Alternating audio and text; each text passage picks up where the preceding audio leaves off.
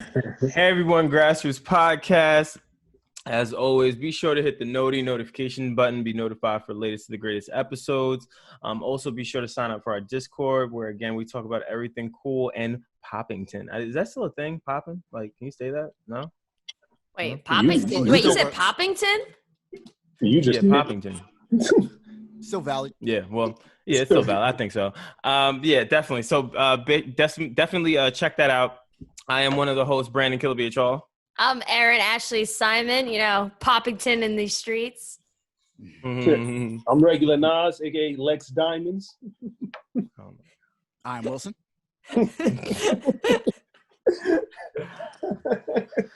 Oh, we're delirious as hell. I feel like there's just like, I feel like it's been so hard.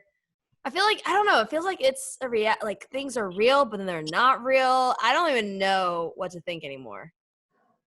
I didn't even make sense right then, but that's how I feel right now. Made perfect sense. I think that makes perfect sense. I think everyone is dealing with everything just weird. Like there's a lot going on. It's weird I guess I don't know. It's just weird times we're in, right? Like, but do you guys feel like things are changing in a sense, or do you feel like it's getting worse? Interesting. Is it changing? I think change is coming. I don't know if it changed already. Okay. I don't know, man. That's an interesting question, man. I would have to ponder on that a little bit more. I think that we've gone too far to have one of those big fall offs. Like we've done too much now. Yeah. You know what I'm saying? Like this can't disappear or get replaced by a new shiny object. You know what I'm saying? I agree. I think that right now it's hard to kind of measure change because right now the initial response and the initial reaction, it's like everyone across the board has been making it, but that also means the fake people are making it too. So for me, it's like this is a longevity thing. So I'm curious to see like in phase 2 what that change looks like. Cause for me, it's like, there's some people you can tell that have just not been sincere. You could tell they haven't been sincere about it. Like there've been certain influencers that all they did was they posted one like dark black photo. And they're like, oh yeah, Black Lives Matter. And then like, that's it. But there are some people who have been putting their money where their mouth is, but this is the initial stage. So I feel like there's going to be change, but I don't know, like I can't quite identify with certain people, like which ones are more sincere than others, just because certain companies have been not historically or have more recently haven't really been doing things. Like for example, Ben & Jerry's they've always protested, they've always spoken out about stuff. So I know Ben & Jerry's is one of the companies that are really putting their money where their mouth is. But some of the other ones, it's like, I'm not going to jump the gun yet. I don't want to jump the gun, and then there's some of them where I'm like, okay, this is clearly stupid. Like holding 8 minutes of silence on social media to bring awareness to what's going on. Like that's stupid. I'm sorry. That's just stupid. So I semi-agree with you. I do think though that I think change is coming. I kind of agree with Nas. I don't know how I feel about it yet. I think that I think something has changed, right? Like I think the climate is different, even given the fact that this is one of the biggest, pretty much one of the biggest protests or stands that we've had in like history, where all 50 states, right, is involved. And I think that speaks volumes. I just don't. I'm worried about the fall off. I'm worried that people will take their foot off the gas and not really keep it going, because I feel like we're doing something. I don't know what, but something is happening where I feel like we're being heard a little differently. We also had other countries participating in protests. Yeah. So that's different, I believe. Well, yeah. Well, I mean, right. We have record labels that are also in the midst of that. So for those that don't know, Republic Records bans the term urban within the label and calls for an industry to follow suit. So what do you guys think about that? Now, I had a good conversation with somebody about this, trying to give like a different side of it, but I want to hear what you guys think. Do you think this is good or bad that Republic is now removing the genre title urban and then including it in the rest of their music? I have a question. I guess to add on to that question, also, do you feel like that move is kind of how like people are like, oh, when certain individuals are like, oh, I don't see color, like I see everyone. You know, do you feel like that is something along the lines of getting rid of the urban term? So are they just Republic is just going to incorporate hip hop music with regular? It is going to categorize it as regular music. They're not going to. Is that what they're saying? Pretty much in a nutshell is that rather than it being called urban music or hip hop, they're going to put it into one big genre with the rest of all of the music that they house. So let's say, for example, it would be like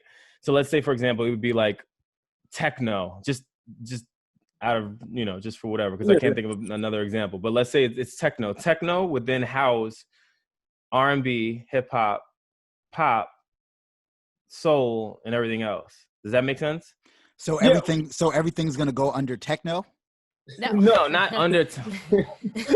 No, he's saying like how like they have like quote unquote the urban section or like the urban department, and instead of having urban department, like how techno has pop influence or have R&B influence. So instead of putting it under the urban department, they'll put it under like if it has R&B influence for techno, it'll be like techno R&B. If it's like pop with hip hop, it'll be like pop hip hop, instead of having like these very distinct like quote unquote like they say the urban influences, instead of having that be under one like that one identified measure. Okay. Yeah. Okay. What do you guys think? I think if everybody's under the same umbrella, then I'm okay with it.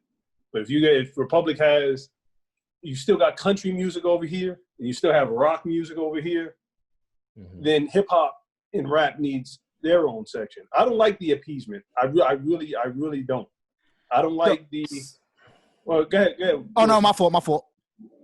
Yeah, I just say I don't like it. I don't like. Oh, let me just. Oh, yeah, don't worry. We're gonna get rid of the urban. Nobody say no. Keep it. It's just like when people say I don't see color. No, you need to see color. You have to see color. It's if you act on it. If you're making a judgment call based on seeing the color. Yeah. If you don't see color, you're lying to me.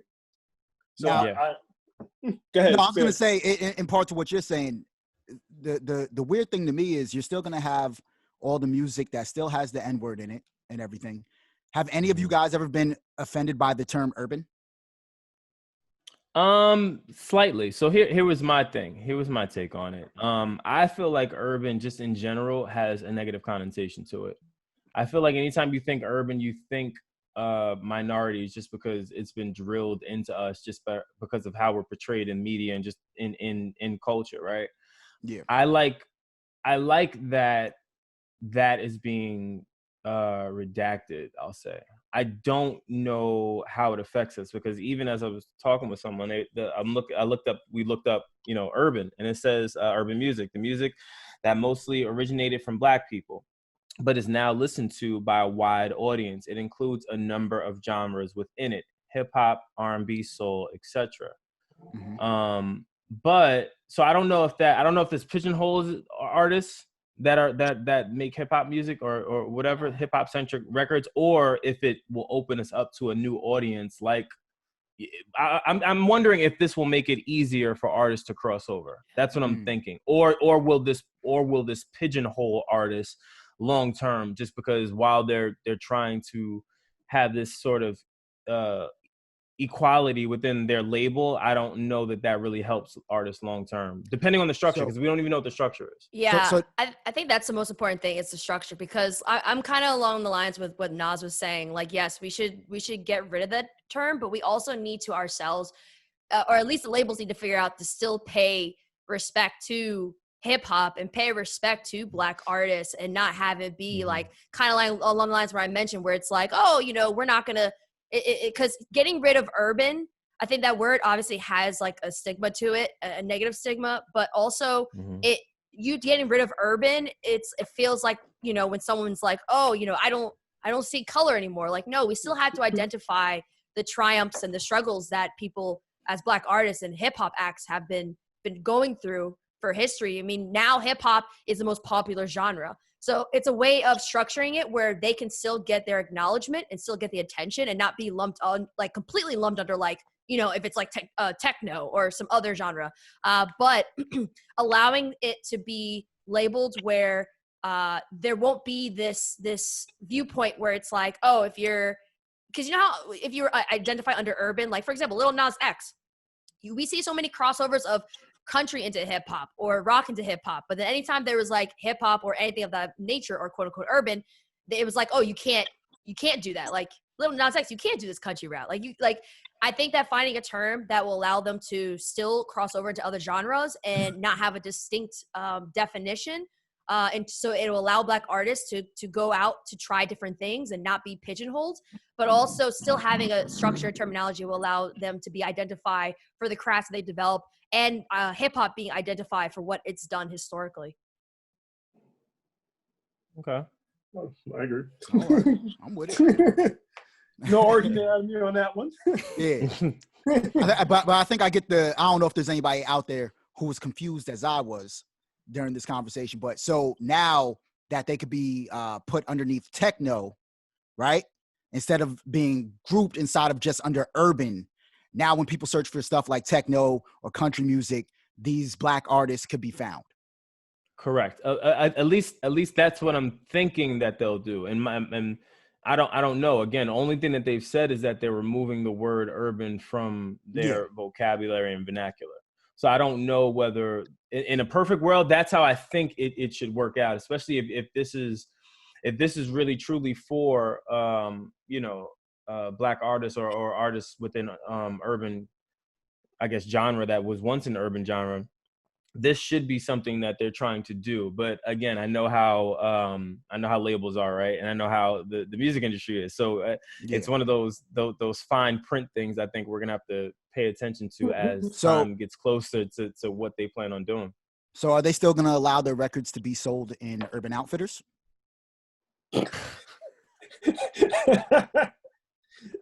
But this guy.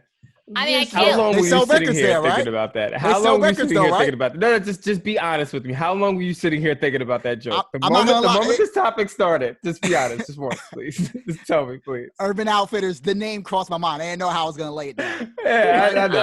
I figured. All right. It took me at a least while. you're honest. Yeah. At least you're honest. That's fine. Yeah, he definitely looked at our rundown and was like, oh, I got a good one today. Yeah, he's like, I'm going to spice it up with this one. But another part that I think that's super important with this change is that they also are going to be looking to remove the word from employee titles. And I think that's super important because even when we look at other industries, obviously there are these hiring implicit biases that happen, or implicit biases that we look at when we see, a Black person who works in the urban department, right? That it was formerly known as. But I think this will help to also highlight and show these Black employees in different spaces that typically people won't assume that they're in. I feel like not having that urban title associated with their job descriptions will allow them, like, for example, they have an act that wants to get into techno. Like if they look at an employee's title and it's like, oh, urban, blah, blah, blah, blah, there's already an implicit bias that will come with that. I think that removing that title is going to help with furthering and improving not only integration of those into different areas that people don't assume Black people are going to be in, but also it's going to assist with the overall implicit biases that we've seen in hiring practices that have to get improved just all across the board. Mm-hmm. Well, I mean, I think what you're talking about is very accurate, but then that means we would have to have a seat at the table and have a conversation at the seat at the table. Like, that's my thing. The way that this all breaks out, who is now going to be the catalyst to say how urban music is now classified in whatever this new structure that they're coming out with. I'm hoping that the right people are at the table. I'm hoping that it looks to be something that makes sense, not something that, again, will stifle artists long term. So can I ask you guys this? So they're removing the word urban, right? Mm-hmm. They're removing that. That's great. Now, if they were to take it a step further and say, we're no longer releasing records that have the N-word in it. Okay. Do you think that there would probably be backlash of people saying, "Oh, you can't limit what the artist could talk about like this, that." Wouldn't that be kind of weird? But wouldn't that be kind of weird as Black people if we fought for the right to say the N-word? Because it would. If we fought for it. Because if they said we're no longer going to release or allow our artists to release music with the N-word, since we're cleaning shop, we're cleaning the house here, right? Mm-hmm. Wouldn't it be, because Black people would fight for that, right? We would.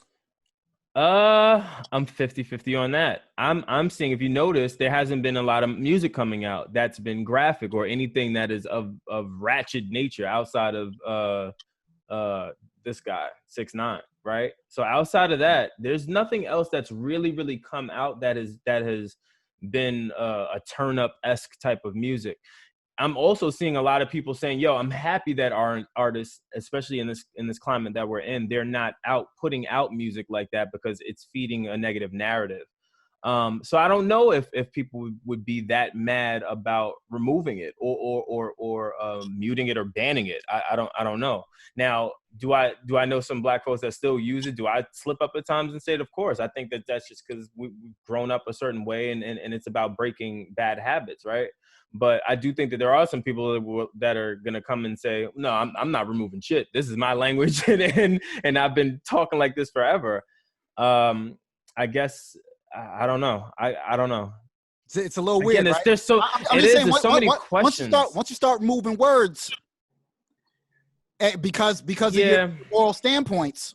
Yeah, but where do your morals stop? Is what I'm saying. But now you trample on constitutional rights. My freedom of speech. Yeah, man. Yeah, it's such a thin line with this. All I'm saying is you're saying that your company's taking a stand against something. No.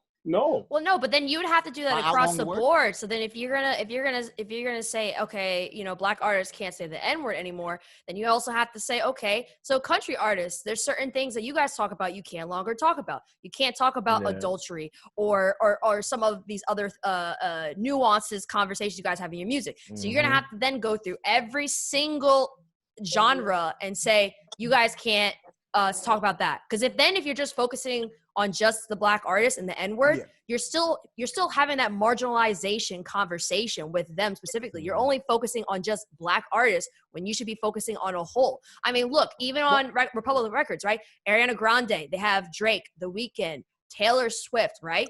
Okay, then, if you're going to be addressing Drake, The Weeknd, or certain other people in terms of, okay, no longer the N-word, no longer referencing drugs or anything, then you're going to have to do the same thing for pop and for rock and for all those other genres, because there are certain imagery and presentations, even in some of the music that they have, that can be viewed as not negative connotation or negative representation, right? That's when it goes to what Nas was saying in terms of constitutional First Amendment rights, and then also if you're going to be addressing Black artists, then you have to address artists across the board in all genres. Agreed. I agree.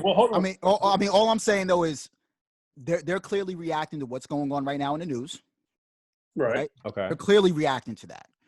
So they made a moral, racial stance. They took a stance, right? Mm-hmm. Don't you find it kind of weird that they took a stance against that, but then something else, the N-word, that pops up in all the music, which I'm not offended by, but if you're going to take a stance against one word because of something, why stop there? Like, I guess, do you really care? Like, do you really care? I hear you, but I think people have to take this into consideration. Number one, and I keep trying to remind people, right? Number one, we've never dealt with this before. This is the first time in 50 years where something like this has happened, where the whole world has gone up in flames to protest for one man's murder, right? It sparked a bigger conversation. That's one. Two is that this is all happening in a pandemic. Like no one again has the right way to go about maneuvering throughout all of this, right? And then you have the riots. Add that on top of it. So now you're feeling pressure from minorities, the Black community, now even white folks, right? Like everyone is now up in flames about this. So as a company and you're already struggling within this COVID climate, right? I think naturally you start to think of ways to either help or stop whatever it is that you're doing from a business perspective. And I think that Republic Records took the stance of saying, I think they took the stance of listening to our voice, saying, hey, if you're quiet, that's still a part of the problem, right? Like, speak up, say something, acknowledge what is happening. And I think that this was their way to pretty much say, hey, we're acknowledging it. Now, whether it's right or wrong or not, whether it stifles, like we keep saying, that shit it's a whole nother monster. It's a whole nother thing. Yeah, so, I want to go back real quick to when Erin said before about Ben and Jerry's, right, supporting Black Lives Matter. They had a fire dunk that just came out too. Yeah, but this is the same company that has factories and businesses in occupied Palestine, right? They're still. So you're against this oppressor, but you're for this oppressor. So you're working with Israel in that sense, and it's like, well, these are occupied territories, but I'm still going to support Black Lives Matter. Black Lives Matter is a fight against the oppressor. We're being oppressed we can't be heard. You're telling me my life doesn't matter, but on the other hand, you say, yeah, okay, I'll support you on that, but I don't care about these Palestinians. I don't care about their struggle. So it's kind of, these companies are playing games, and it's a weird time that we live in. So how do we address that then? Because I would say every company is, for the most part, every Fortune 500 company definitely has something that they're not doing right in terms of that, right? Mm-hmm. So how do we then address that, and how do we change that then? It starts with us. It starts in the meetings that we have. It starts with how we handle ourselves moving forward, given everything that's now on the table, right? It's almost like if you're a cop and you're sitting in one of those TV investigation rooms, and all of the evidence is laid out on the table, and you're looking at the person, and two of the mugshots looks exactly like this person. You have all the information you need. Do you move forward, or do you just act like you don't see it? And that's the key to it, right? Like, even when speaking with brands, I've been very direct with a lot of the brands that I'm speaking with on where my stance is, what I represent, and as well as what my community represents. And if you're on board, great, love you, I appreciate you. If you're not on board, hey, listen, I still love you and appreciate you, but this is not going to work. Like, you have to start having those uncomfortable conversations, just because I think it's necessary at this point. I don't believe that you have to be militant. I don't think that every conversation has to be aggressive and so abrasive where it's in your face, right? Because again, you want people to be receptive to the message that you're trying to have resonate with them. But I also still think that the conversation just in itself needs to be had. I think when those conversations are had, it helps both sides, right? Like, I've spoken to people that have come out and said, hey, Brandon, look, I'm just checking on you. I don't know how to approach this conversation, but I love you.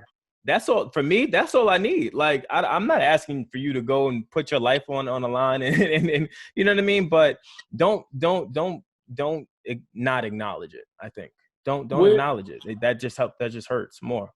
Well, I want to answer Erin's question real quick with I don't know. I think that's a moral question, right? That where do we draw the line with these companies? Like, we have to. Well, what's the answer? Well, we have to restructure our whole morality compass. I want to know. Maybe I'm wrong, and maybe I'm just playing devil's advocate. But where's this veracity and energy when it's us killing us? Well, okay, so here's the thing, right? Let's move on to the next topic real quick, because that kind of segues into it. So did we see that NFL? Well, there's a bunch of NFL stuff going on between Drew Brees' statement of and that craziness. we can get into that. We can get into Roger Goodell finally owning up and saying, hey, I apologize, but where would y'all like to start? Let's start with Roger. Let's start with Roger. Because that was a little bit of a half-ass apology. Yeah, I'm sorry. Yeah. Man. So let's get into it, guys. So for those that don't know, Roger Goodell, he went on record, and he's obviously with the NFL. He went on record and saying, hey, look, during the whole Colin Kaepernick situation, they were wrong. They fumbled and dropped the ball. They should have kneeled with Cap, like we've all been saying, right? If I'm keeping it all the way a buck, all the way a buck. I look at this again 50-50. Everything is 50-50 right now because you just don't know. You don't know, right? I look at this 50-50 because, number one, to Erin's point, I think that was probably the worst ownership statements I've heard in quite some time from someone that is kind of made it a little bit difficult. He is the same person that can speak to owners and talk to a lot of the players' unions and try to get a better understanding of what's happening. It took for this to happen. Think about it. It took for this to happen for him to finally come out and say, hey, we were wrong. That's one. Two is it's very convenient that you're coming out now and saying that. If I'm Roger Goodell, I am coming out and saying it. Why? Because this is the perfect opportunity to clean up my brand, clean up the NFL. The majority of the NFL is made up of minorities, I believe so, or a good portion, right? Let me try to fix this now. Let me get in back of this.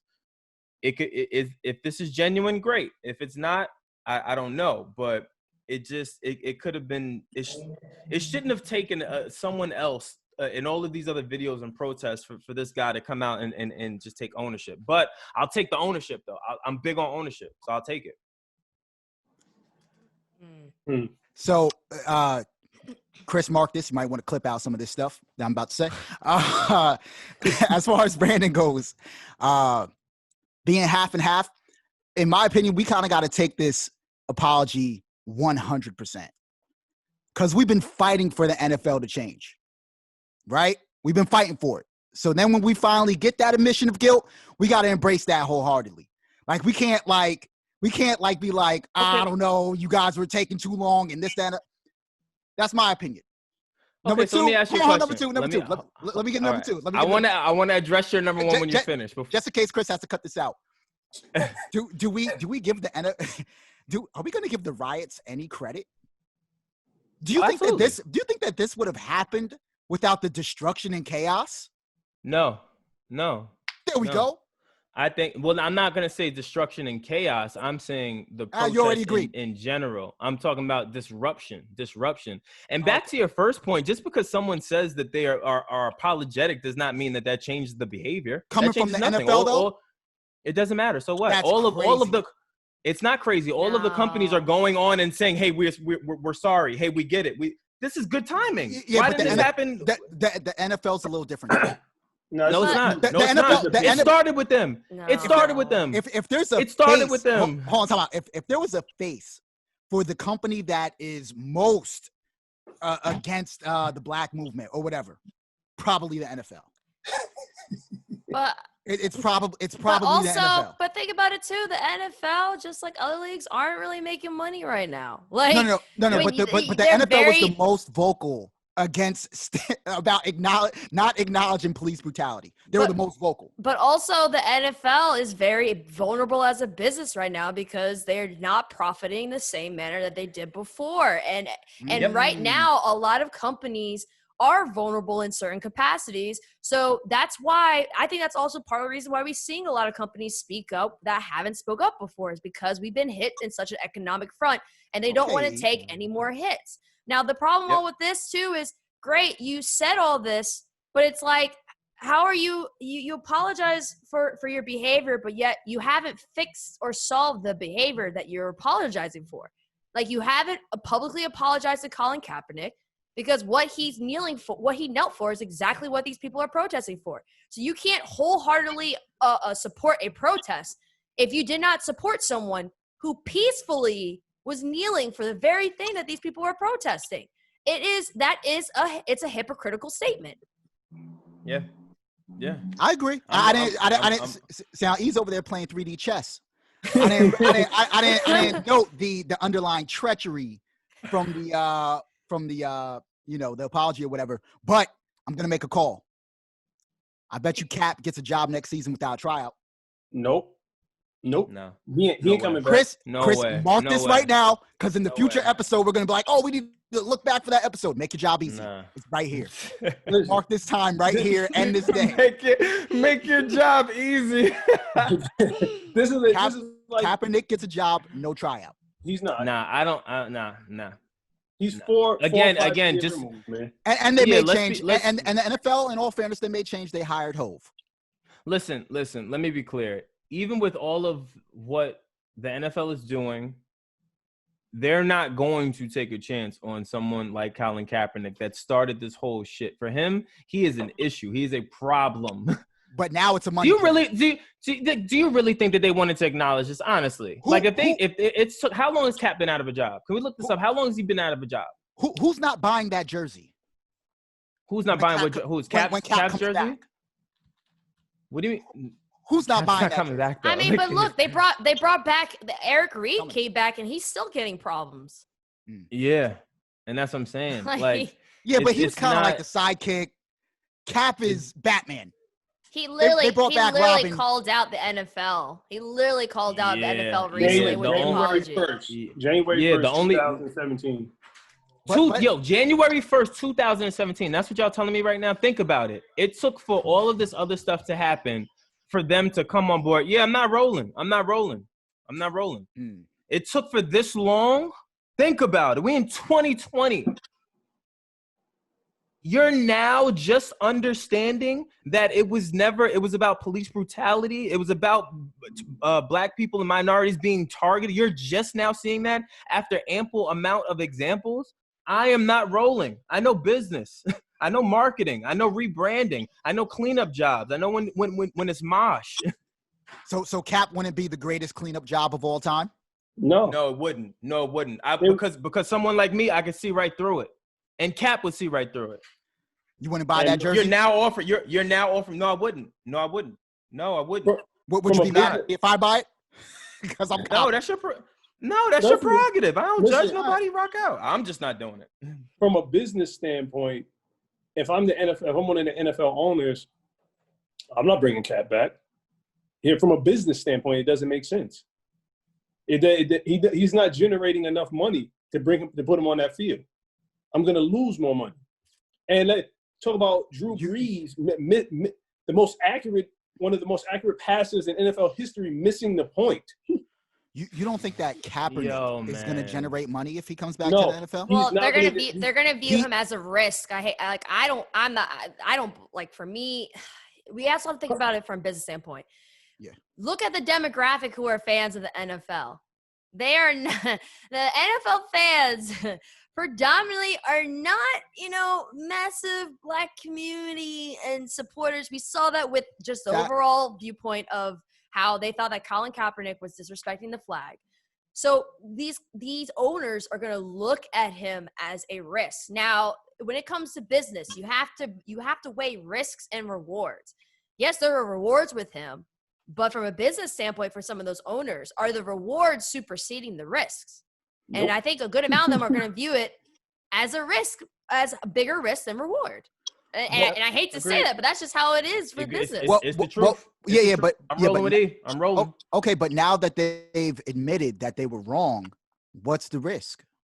He comes back, does the same thing? The risk now is if they bring him back and you give that man power in a world like this, you think that's going to happen? What's the risk? And I'm not even talking race. I'm not even talking race or anything. I'm just talking about Colin. Like, let's say we look at him as like a rainbow of a whole mix of colors because he represents a whole mix of everything that we're fighting for. Do you really think in this climate that they're going to give him, the person that technically started this whole thing, and was that right, power back? I believe he was so. right. Hell yeah, he was right. Of course he was right. No. But now the NFL sees that. Hold on. Wilson, let me ask you this. Hypothetically, you're in a relationship with a young lady. Mm-hmm. He said hypothetically you're in a relationship. Go on. Hypothetically, like a monogamous. No. Yeah. He did hit me with a hypothetical. He definitely took a jab at you. He definitely took a jab at you. We know that you would never be in a relationship. You're not relationship material. Yeah, like I'm just a dog. By the way, real quick, hold on, before you go on, Nas. I just now realized that my friends have been hitting me with some side jabs, and they've been hitting me like really hard. Like you know that your life is like partly in shambles, or at least people view it as when people start telling you what they want for your life. Like, oh man, I want you to meet a meet a girl, man. Just, you know what I'm saying? Like I'm like, yo, I'm good with who I am. Hold on. Let me get this point out. I don't gotta be bringing a girlfriend to the barbecues, man. I show up and let Nas tell it. You're not worthy. You're not worthy. So don't matter. You're not go worthy. on, Nas. That's not what I'm saying at all. Go on, Nas. But, Theoretically. Metaphorically. Metaphorically. In this hypothetical, right? Mm-hmm. You get caught with infidelity, right? You get caught cheating. Okay. Yeah, and she's telling you like, yo, I know you're doing it. I said it's on your phone. The evidence is on your phone. Mm-hmm. She catches you. You guys break up. Okay. 4 years later, is the trust going to be back to where it was in the first relationship? If you try to rekindle that relationship? Well, what would happen 4 years later is she would come back to me and she'd be like, you know what? I had monogamy all wrong. And I believe that maybe we could work on an open relationship where your side is open and mine is closed. And that would be the equivalent. And then I'm right back in that relationship. I don't know why he's on the show. That's crazy. That's the equivalent. What is wrong with you? What is wrong with you? The NFL said they were wrong. Yo, if I could I gotta be right. The trust isn't there. You're not gonna give up the phone. Exactly, man. No. You're not. No. She saw the error of her ways. She was like, I shouldn't have been going through your phone. No. And monogamy's a sham. No. So I'm like, so what? We should work on this. No. That's never happening. That scenario that you painted, that's never happening, kid. Ever. Especially not with the NFL. Especially not with them. I don't know. Too much has been done. If I'm right, too much has been done. If I'm right, push-ups on demand. Okay. That's all. Are you actually gonna pay up again, or? Yes. Well. What's the deadline? When does he have to be signed by? He said by next year. That's tentative again. If unless the NFL is up and running, we don't know where we're going to be at. Yeah, exactly. The following season, the next season, the next full season. Yeah. So when fans are allowed to be in the stadiums, is that what you're saying?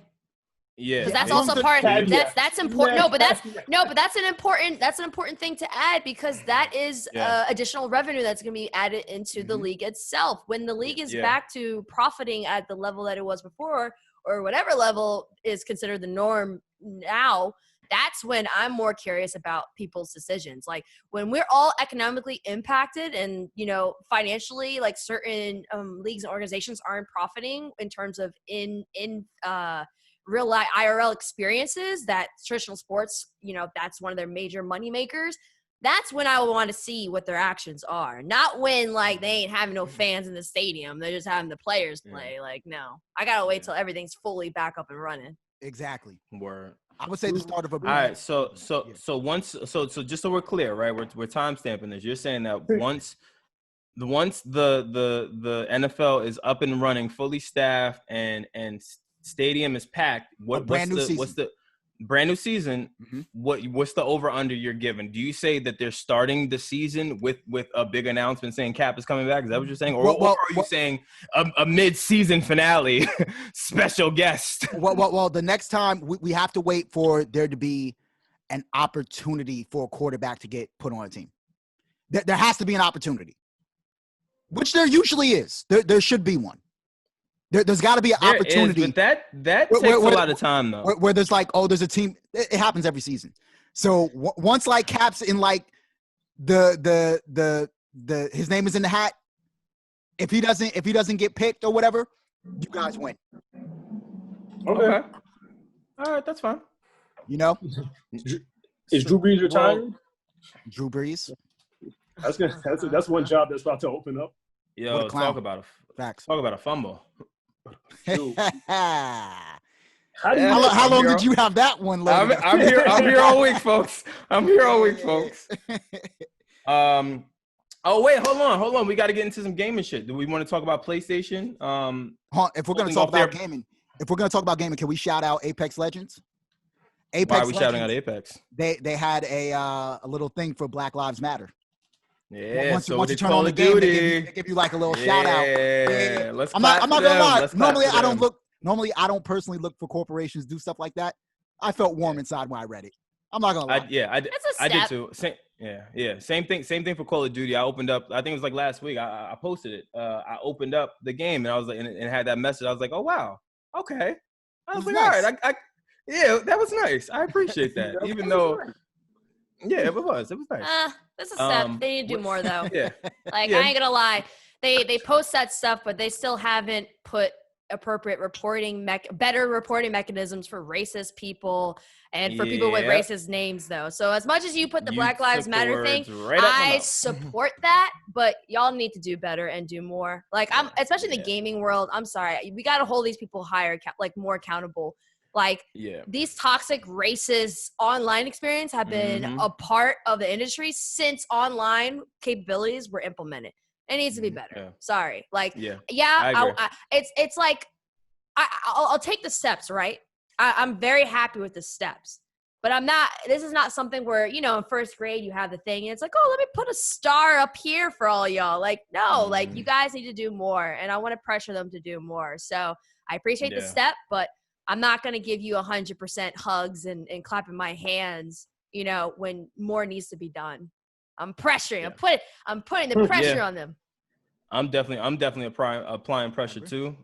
Just because as thoughtful as I thought it was, again, it's just a step, but it did make me feel warm and fuzzy inside. I will say I wasn't expecting it, and it was like one of those things where it was that, and then Apex. It happened within a 2-day span. I was like, oh, okay. I'm like, all right, this is kind of dope. I want them to police more of the verbal assaults that happen on there.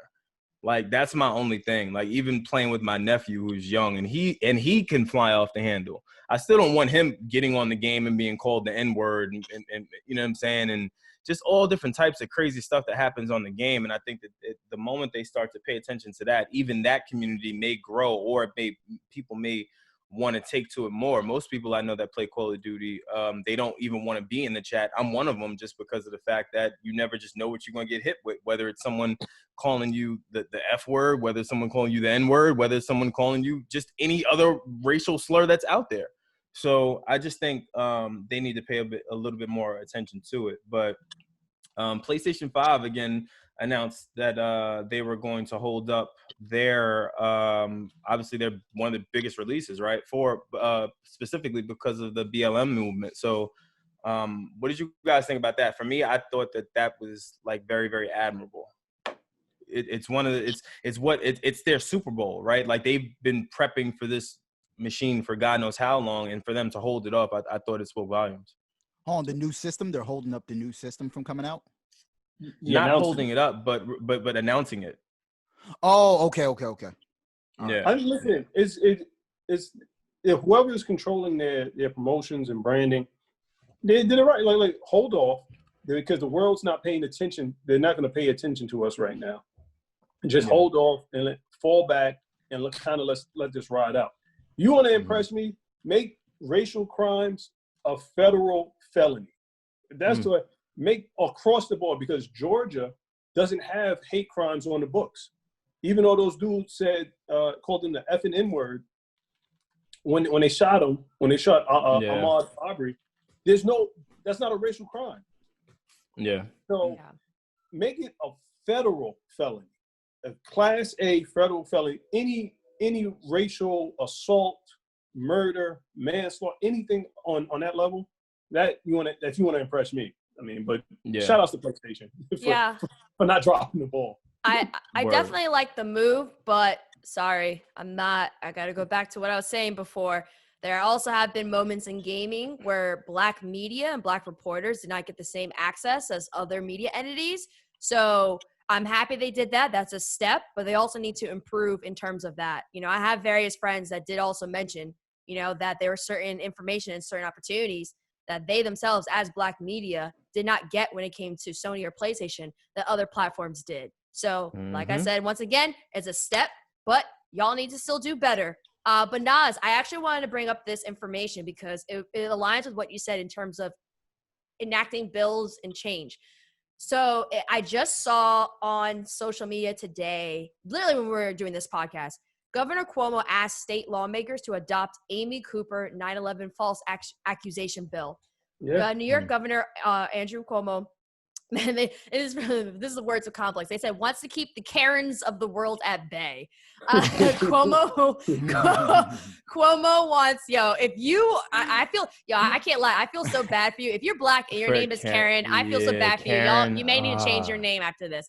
So Cuomo wants state lawmakers to authorize a bill that would make it a hate crime to call 9/11 and cite a false accusation due to race, gender, or religion, the New York Post reports. This isn't the first time this legislation has been introduced. Assemblyman Felix Ortiz, a Democrat from Brooklyn, initially proposed a bill in 2018. It was revisited after a white woman, Amy Cooper, called the police on a black man, Christian Cooper, after he asked her to leash her dog, as we all know from that moment. We've seen 9/11 calls, which are race-based false calls. A false 9/11 call based on race should be classified as a hate crime in the state of New York, Cuomo said on Friday. Cuomo will also be introducing other law enforcement reform policies next Monday, which obviously when this podcast drops, it'll be yesterday. And when the legislature returns to session, violating the hate crime statute can lead to 1 to 5 years in prison. Quote, if the motivation for reporting such crime is motivated by a perception or belief about their race, color, national origin, ancestry, gender, religion, religious practice, age, disability, or sexual orientation. I'm with it. I'm so with it. You guys really don't understand how much I love that bill. I want that to pass so bad. So bad. Yo, wasn't it already illegal to call 911 for no reason? That's what I was always told as a kid. Like, don't play around calling 911. They will show up and you will get in trouble. I think that's something like filing a fake police report or something like that, right? Yeah. Yeah, somewhere along those lines. It's not, you don't have a real stiff penalty, but it's don't do it. Don't play around with the 911 system. There's cops will show up. Yeah. Also, Cuomo, especially at this point. Also, they say that Cuomo shows supports for other measures as well, which reforming the controversial 50-A section of the Civil Rights Law, allowing for transparency of prior disciplinary records of law enforcement officers, banning chokehold usage by law enforcement, naming the Attorney General independent prosecutor for cases concerning deaths of unarmed civilians caused by law enforcement. That's also another thing as well. Good. Yeah, I like it a lot. Nice. So you're not out there in the streets practicing your MMA, all right? Just relax. Yeah, word. With all of this going on. Yeah, I'm happy that this is something that's going to happen, because also part of the change is going to have to be legislation change as well.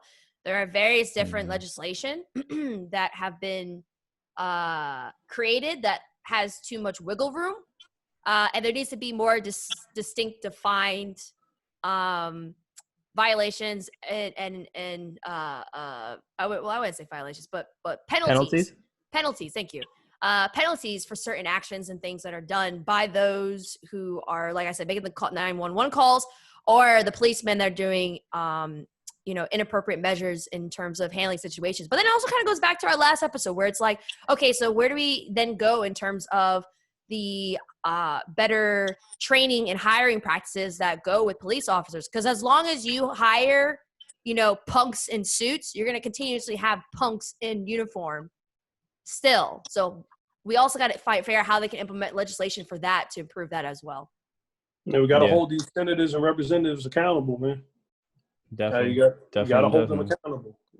Cops, there are bad cops out there, but the majority are, I know I'm popular opinion right now, the majority of them are good. However, it's 50-50, man. It's 50-50. Yeah, I know some really good cops, man. Honestly, I know some really good cops 100%. that I care about right now that are even out there in riots. So no, it's not about every cop being bad. It's not about this whole police force is constructed to kill black people and minorities. It's about, no, there are some really fucked up cops out there and they need to be off the streets. Yeah. They should have never been given badges. Uniforms. Yeah, that's it. That's what it's about. I was going to say cops are law enforcement. They don't make the laws, so we got to hold our representatives and local politicians accountable. We got to put their feet to the fire also. Agreed. Yeah, that's got to get a better interpretation. Yeah, I mean, I guess to the fans and viewership, let us know what you guys think about all this. What do you think about a few of these legislations. What do you think about Drew Brees? What do you think about the NFL taking their stance and or Republic Records changing the genre and converting it into something else? We don't know yet, but hopefully we will. Let us know in the comments. As always, be sure to subscribe, guys. Hit the notification button to be notified for our latest to the greatest episodes. Be sure to subscribe to Grassroots Podcast as well as to make sure that you come join our Discord. We really need to share that out more. We'll post that. Share the Discord and you'll see that. And then, as always, be safe, be well. I'm one of the hosts, Brandon Killabh BH Hall. Erin Ashley Simon. I'm Regular Nas, and to hell with Drew Brees and Laura Ingraham. I'm Wylson. All right, and we out. Peace. Those. Grassroots.